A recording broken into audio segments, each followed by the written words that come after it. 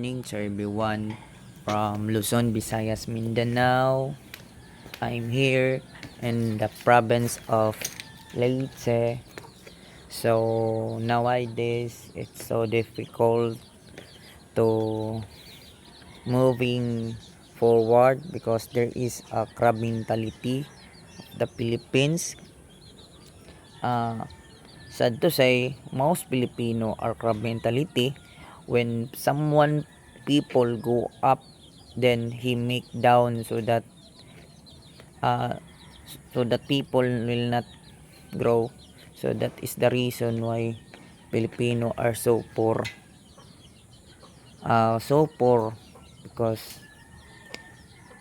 because of the attitude. It's difficult, but no choice.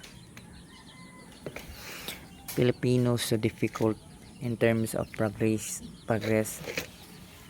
because of crab mentality here in Philippines, but depending in people, not all people in here in the Philippines, but most of the time are crab mentality, judgmental, uh, perfectionist. Most people here are crab mentality, but in somehow there are few people are a little bit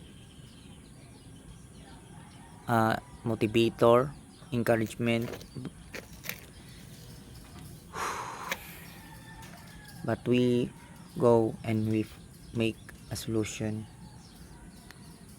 Do tasks every day, make activities even other are not convinced your action because people look at what you result. In the beginning of action is difficult when you are starting your own journey.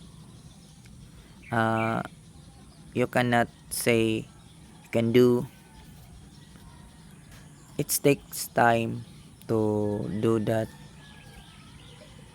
Somehow in my situation, making business in the Philippines, just like aircon, it's so difficult because there is uh, some people that make you down.